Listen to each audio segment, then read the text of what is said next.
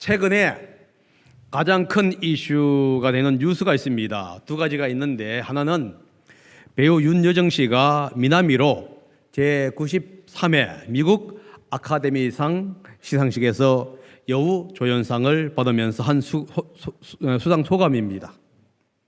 직설적이면서도 유머스러운 수상 소감 때문에 수많은 미국의 신문과 영국 신문은 배우 윤여정 씨를 가리켜서 이날 밤의 승리자다 이렇게 얘기를 했습니다.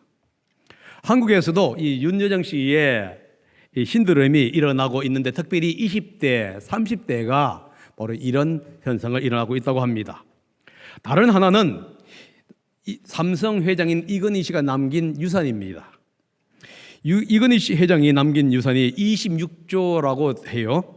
그리고 상속세로 약 12조 정도의 세금을 납부하게 되는데, 이것은 애플 창업자 스티브 잡스 유족이 낸 상속세보다도 3배나 많기 때문에 전 세계에서도 이렇게 전례가 없는 규모라고 합니다. 26조가 얼마나 되는지 우리는 상상하기가 어렵습니다. 이것을 로또와 비교해 보게 되면은 좀 이해가 될 수 있을지 모르겠습니다. 로또 1등을 당첨될 확률은 84만 5,060분지의 1입니다.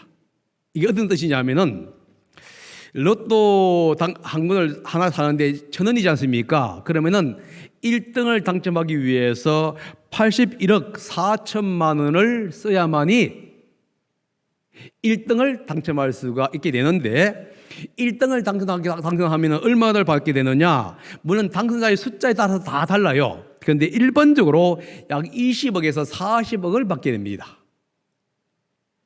그런데 이건희 회장이 남긴 유산이 얼마냐? 로또 1등을 한 사람이 받는 돈에 1만 배가 넘는 돈입니다. 그러니까 상상할 수가 없어요. 인간이 남긴 것도 이렇게 거대하다면은 하나님의 유산은 얼마나 거대할까요?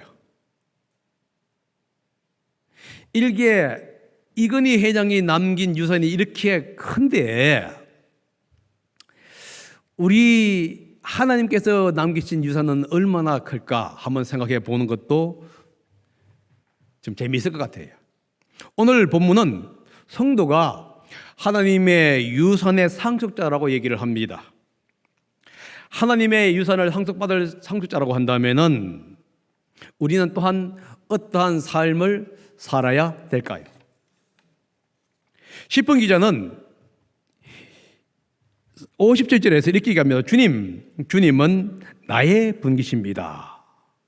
이 분깃이라는 용어가 히브리어로 헬레크라고 하는 용어인데요, 이 용어는 뭐냐면 소유 혹은 땅을 의미합니다.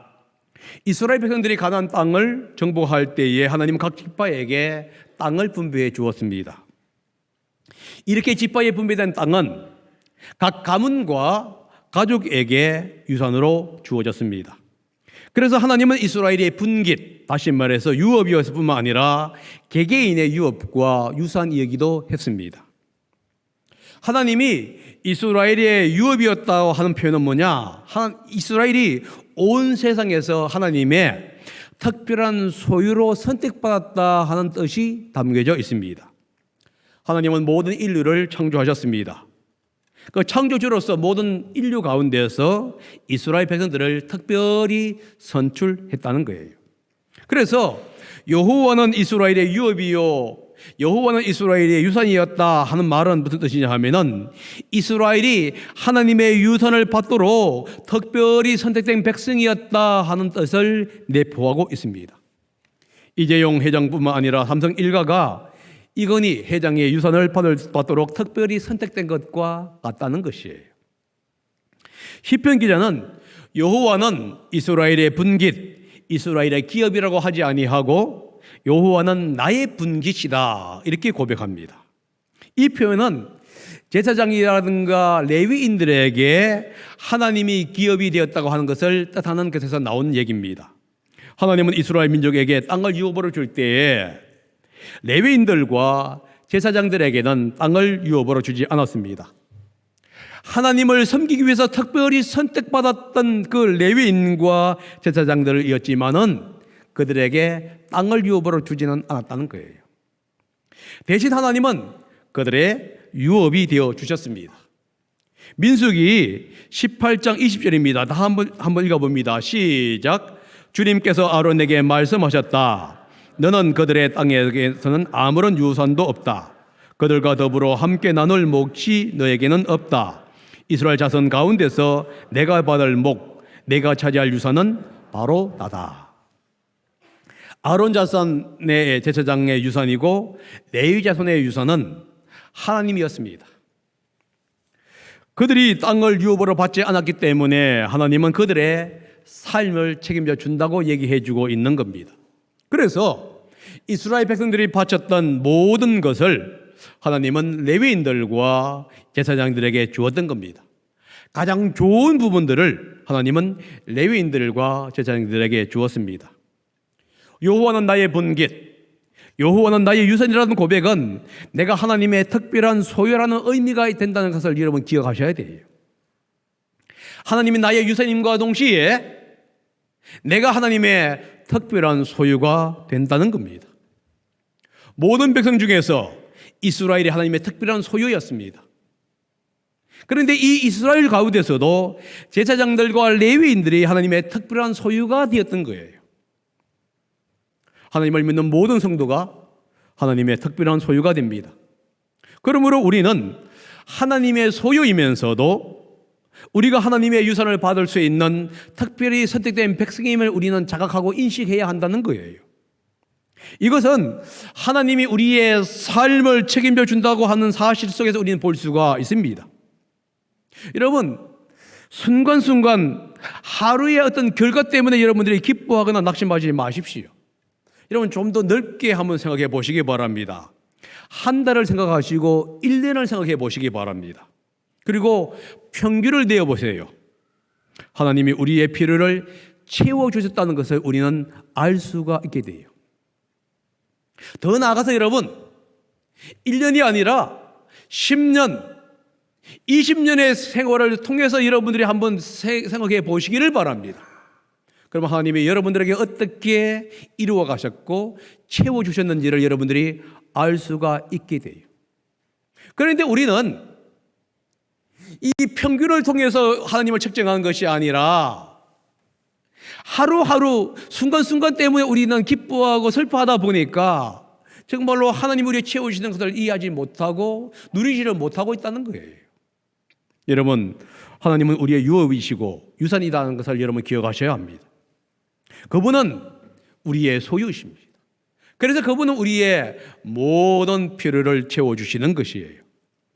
여호와가 나의 분깃이라고 고백할 수 있는 사람에게 나타난 두 가지 특징이 있습니다. 특권이 있어요. 하나가 뭐냐 하면은 헌신할 수 있는 특권이고, 다른 하나는 하나님께 기도할 수 있는 특권입니다. 57절 하반절에 이렇게 나와 있습니다. 내가 주님의 말씀을 지키겠습니다. 여호와 하나님이 나의 유업이고 나를 책임져 주는 분이기 때문에 또 그분을 알 때에 주의 말씀을 지키겠다고 헌신할 수가 있다는 거예요.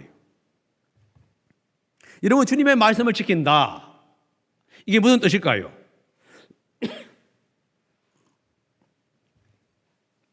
주님의 말씀을 묵상한다, 그 말씀에 순종한다, 주님께 온전히 헌신하겠다 하는 고백이 지금 담겨져 있다는 것을 여러분 기억하셔야 합니다.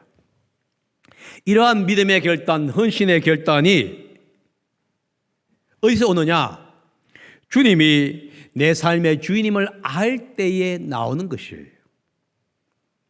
주님이 나의 모든 것이라고 고백할 때 우리는 이러한 헌신을 할 수 있는데, 주님이 나의 유산이라고 고백하면서도 그 하나님의 말씀을 묵상하지 아니하고 그 말씀에 순종하지 않는다고 한다면은 그 고백은 거짓말이라는 거예요. 하나님이 나의 분깃심을 인정할 때 우리는 우리의 삶을 전부를 주님께 드릴 수 있고 헌신할 수 있는 거예요. 왜냐하면 그분이 우리의 모든 것을 책임져 주기 때문에 그렇습니다. 두 번째, 하나님의 나의 유입이고 하나님이 나의 유산이라고 고백할 수 있는 사람에게 나타나는 특권이 뭐냐 하면 하나님께 진심으로 기도할 수가 있어요. 58절에 그 사실을 얘기합니다. 한번 읽어봅니다. 시작. 내가 온 마음을 다하여 주께 간구하니 주님께서 약속하신 대로 내게 은혜를 베풀어 주십시오. 내가 온 마음을 다하여 주님께 간구한다. 이렇게 얘기하죠. 이 말의 문자적인 뜻은 어떤 뜻이냐 하면은 내가 온 마음을 다하여 주님의 얼굴을 찾는다 하는 뜻입니다. 얼굴을 찾는다. 이게 관용어예요. 이것은 무슨 뜻이냐면 은혜를 간구한다. 이런 의미입니다. 여호와의 얼굴을 구하는 것, 여호와의 은혜를 구하는 것, 이것은 친밀한 관계, 개인적인 관계에 맺은 사람만이 할 수 있는 특권이라는 거예요. 왜냐하면 성경에서는 하나님의 얼굴을 숨긴다 혹은 하나님의 얼굴을 돌린다 했을 때에는 인간에 대한 하나님의 혐오감이라든가 배척을 의미할 때 사용하는 용어이기 때문에 그렇습니다. 반대로 얼굴을 돌린다, 그 사람에게 맞춘다 하는 얘기 뭐냐? 하나님의 은혜를 베푼다는 의미에서 나오는 용어예요. 여러분, 얼굴과 얼굴을 대하는 것, 이것은 친밀한 관계가 아니면은 할 수 없는 일입니다. 서로가 혐오감을 느끼고 서로가 배척하면서 얼굴과 얼굴을 맞대면서 이야기할 수 있는 것은 아니라는 거예요. 여러분의 사회생활 속에서 정말로 얼굴을 맞대면서 이야기할 수 있는 사람은 누굽니까? 친한 친구지간일 거예요. 친한 관계에 있는 사람에게만 여러분의 얼굴과 얼굴을 맞대면서 이야기할 수가 있다는 겁니다. 여호와는 나의 분깃, 나의 유입이라고 고백할 수 있는 사람은 하나님과 특별한 관계에 있는 사람입니다. 그렇기 때문에 하나님께 기도할 수 있고 하나님께 나아가서 하나님의 은혜를 구할 수가 있을 수 있다는 겁니다. 여러분, 왜 우리가 하나님께 기도할 수 있죠? 그것은 뭐냐면 하나님이 약속하셨기 때문이에요. 그래서 후반절에 기도합니다. 주님께서 약속하신 대로 내게 은혜를 베풀어 주십시오. 근데 앞에 뭐라고 있죠?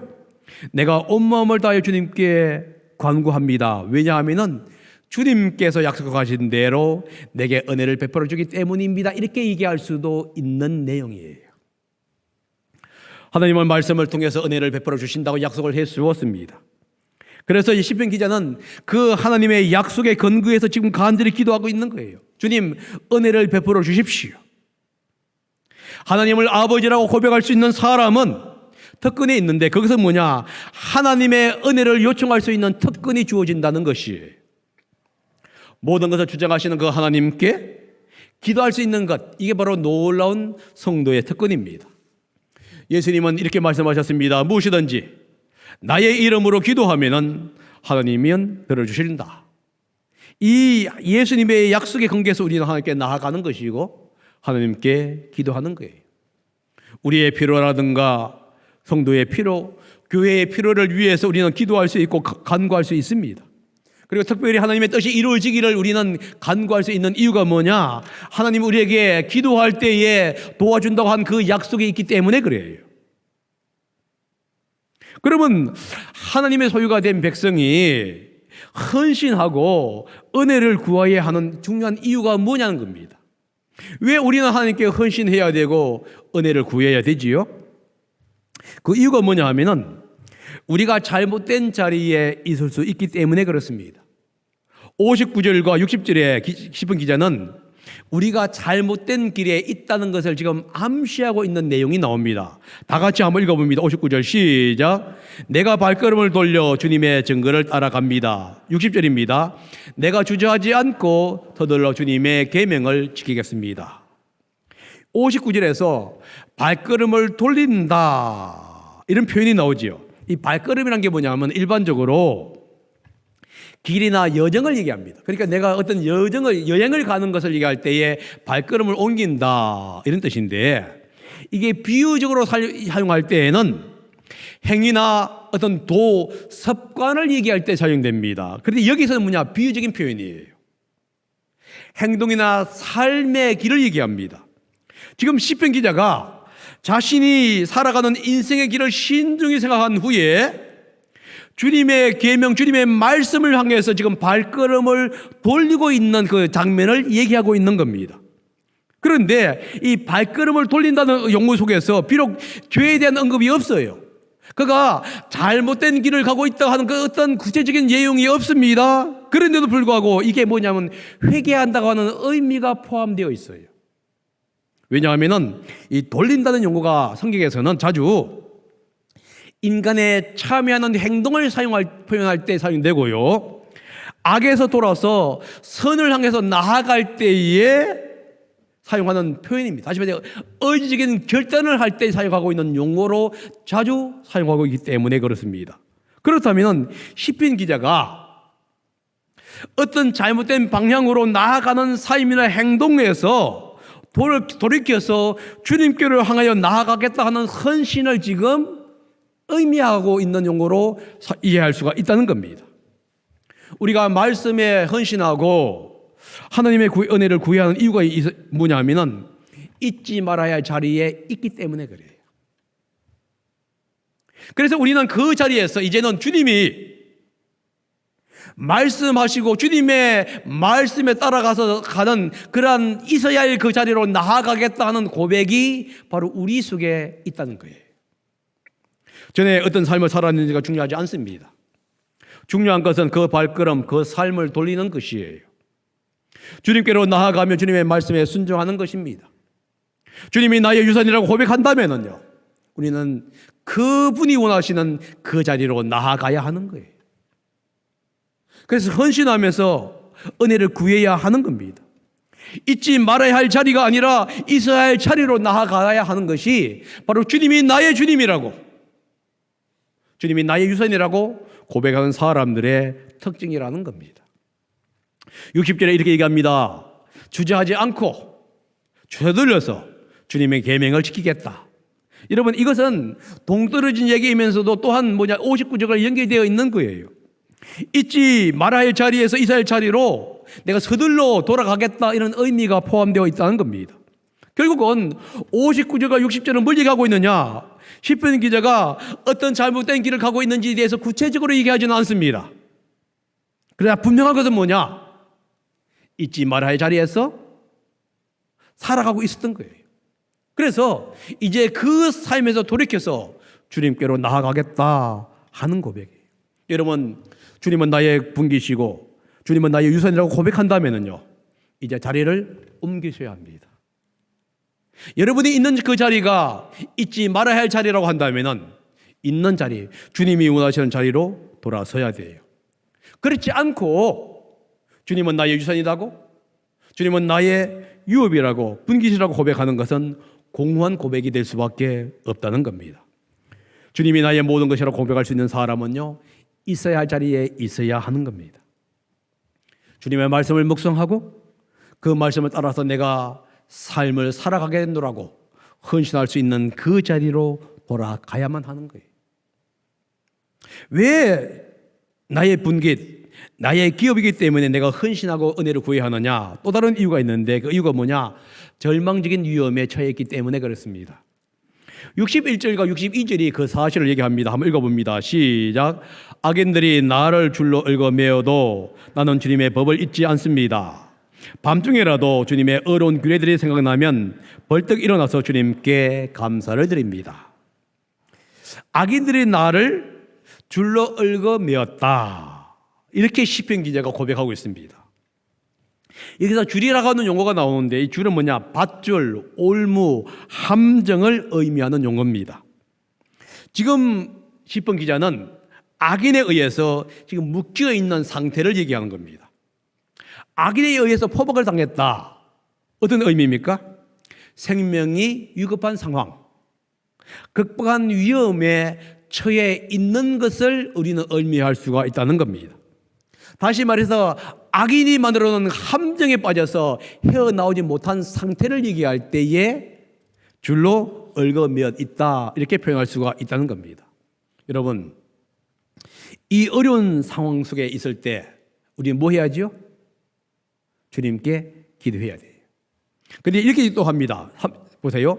한밤중에라도 주님의 의로운 규례들이 생각나면 벌떡 일어나서 주님께 감사를 드립니다. 여기서 이 한밤중이라는 용어가 나오지요. 이 한밤중이라는 용어가 두 가지 의미가 있습니다. 하나는 뭐냐면은 기도하는 시간이라는 의미가 있고요. 또 다른 하나는 뭐냐? 절망의 시간이다 하는 의미가 있습니다. 한밤중은 기도하고 찬양하는 시간이에요. 이스라엘 사람들은 아침, 점심, 저녁에 기도하고 그리고 이 밤에 기도하는 시간을 갖는다고 합니다. 그래서 이 밤 기도 시간에 벌떡 일어나서 주님의 말씀을 묵상하고 기도하겠다는 성도자의 의지적인 결단을 지금 얘기하고 있습니다. 그런데 밤은 또한 어떤 의미가 있냐면 시련, 울음, 고난을 의미할 수도 있어요. 만약에 시련이라든가 고난을 의미한다면은 악인의 올무에 빠져서 생명의 위협을 느낀 그 순간, 그것을 한밤중이라고 하는 용어로 사용하고 있다는 거예요. 생명의 위험에 빠진 그 순간에서도 하나님의 말씀 때문에 힘을 얻고 주님 앞에 나와서 감사하며 주님께 기도하겠다는 의지적인 표현이 여기에 포함되어 있는 거예요. 여러분, 어떤 해석이든지 간에 의미는 같습니다. 만약 기도 시간을 의미한다면요, 저게 의하여 포위당하고 당하여서 죽음의 위협을 느끼는 그 순간에도 기도하는 시간이 되면은 벌떡 일어나서 주님께 간구하면서 주님 은혜를 베풀어 주십시오 하고 기도한다는 의미고, 만약에 이것이 고난을 의미한다고 한다면은 절망 가운데 고난 가운데 정말 의지할 수 없을 그 순간에서도 하나님의 말씀을 의지하면서 주님께 나아와서 그 모든 어려움을 이겨달라고 기도하겠다 하는 의지적인 표현이 여기에 들어가 있는 것이에요. 주님은 나의 분기시고 나의 유선이라고 고백할 수 있는 사람은 어떤 사람입니까? 지금 어려운 상황에 있는 가운데 있는 사람이에요. 그럴 때 그들은 주님께 기도할 수가 있다는 거예요. 왜냐하면 주님이 유업이 되기 때문에 그래요. 나의 모든 것이 다 주님께 속해 있기 때문에 그렇습니다. 주님께서는 나를 도와준다고 약속하셨기 때문에 그래요. 그렇기 때문에 절망 가운데 있기 때문에 우리는 더욱더 주님께 기도해야 되고요, 주님께 나아가야 하는 거예요. 이렇게 고백한 시편 기자는 하나님을 경외하는 사람이 자기 친구다 이렇게 고백합니다. 63절의 그 얘기인데 한번 읽어봅니다. 시작. 주님을 경외하는 사람이면 누구에게나 나는 친구가 됩니다. 주님의 법도를 지키는 사람이면 누구에게나 나는 친구가 됩니다. 여호와가 유업이고 여호와가 분깃심을 아는 사람은 다른 사람들과 연합할 줄 안다는 거예요. 주님을 경외하는 사람, 주님의 법도를 지키는 사람, 이 사람은 누구일까요? 여호와 하나님의 명령을 지키는 사람, 하나님의 백성을 얘기하는 거예요. 오늘날 우리는 성도다 이렇게 표현할 수도 있을 겁니다. 그런데 이들이 바로 자기의 친구라고 하는 거예요. 시인의 인간관계는 철저하게 하나님에 대한 신앙과 관련이 있다는 겁니다.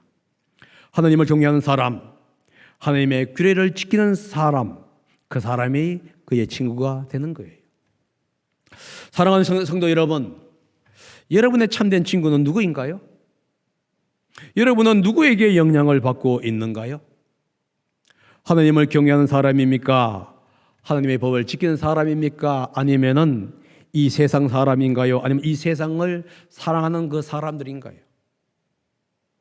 여러분들이 정말 매일매일 삶 속에서 따르고 싶고 가까이 하고 싶은 사람이 누구인가요?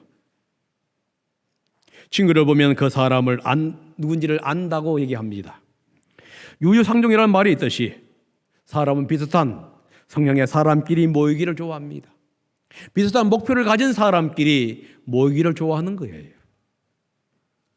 하나님을 사랑하는 사람은 하나님을 사랑하는 사람을 친구로 삼습니다. 그래서 자신이 누군지를 살펴보기를 원한다면 자기 친구가 누구인지를 살펴보시기를 바랍니다.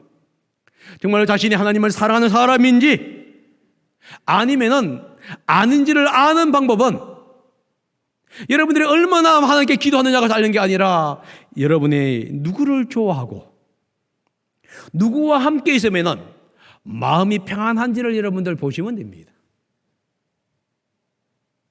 그 만난 사람이 누구인지에 따라서 여러분들은 누구에게 속했는지를 알 수 있기 때문에 그래요. 하나님은 나의 분기시요 나의 유입이라고 고백할 수 있는 사람은 하나님을 믿는 사람과 연합하기를 좋아한다는 거예요. 물론 모든 성도들은 우리 성도들은 모든 사람들과 친해져야 합니다.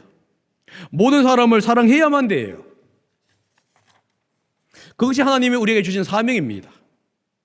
그러나 친하게 지내고 사랑하는 것과 친구가 되는 것은 다르다는 사실을 기억해야 합니다.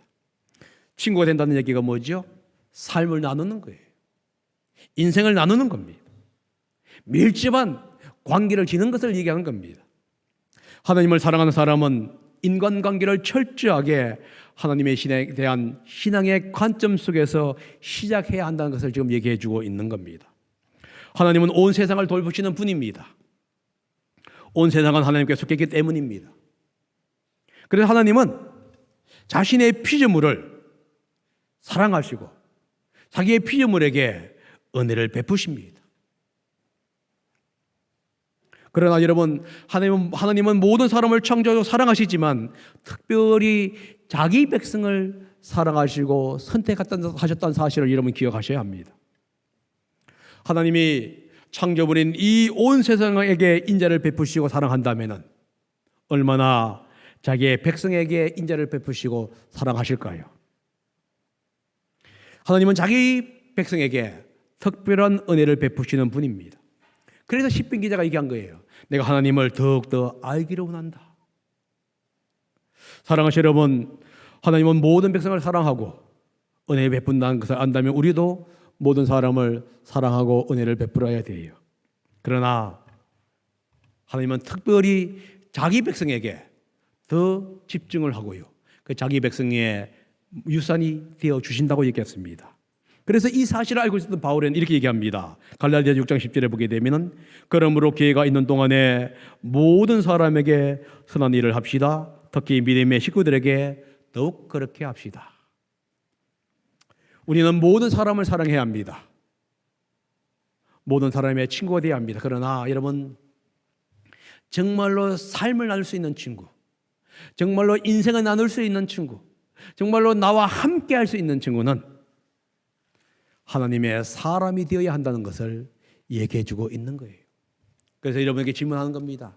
누가 여러분의 인생에 정말로 중요한 친구가 되어 있느냐? 사랑하시는 여러분, 결론입니다. 여호와 하나님은 우리의 분기시요 유업이요 유산입니다. 이재용을 씨를 비롯해서 삼성가는 특별한 유산을 받기 위해서 선택을 받았습니다. 하나님은 우리의 분기시요 우리의 유산입니다. 우리는 하나님의 유산을 받기 위해서 특별히 선택된 백성이라는 사실을 우리는 인식해야 합니다. 이 사실을 알 때 하나님께 헌신할 수 있게 되고요. 하나님 말씀을 가까이 두기를 좋아하게 되고 그 말씀을 묵상하고 순종할 수가 있다는 것입니다. 비록 우리가 잘못된 길을 갈 수도 있고 격격이 쌓인 줄로 파박을 당할 수도 있습니다. 절망 가운데 어려운 가운데 우리가 놓여 있을 수도 있습니다. 그러나 하나님이 우리의 유산임을 우리가 알 때, 고백할 때 우리는 하나님의 말씀을 지킬 수 있는 것이고요. 하나님께 간구할 수가 있는 거예요. 왜냐하면 하나님은 우리를 보호하시고 인도해 주시는 우리의 유산이시고 우리의 모든 걸 책임주시는 그분이기 때문입니다. 그래서 바울과 사도들이 감옥에 있을 때도 기도할 수 있었고 찬양할 수 있었던 이유도 하나님이 그들의 유산임을 그들이 믿었기 때문이에요. 이러한 믿음, 이러한 확신이 우리 사랑하는 성도들 머리 위에 있기를 바랍니다. 그래서 이 어려운 시기에 하나님만 바라보면서 하나님 앞에 온전히 나아가는 사랑하는 성도들이 되시기를 예수님의 이름으로 축복합니다. 기도하겠습니다.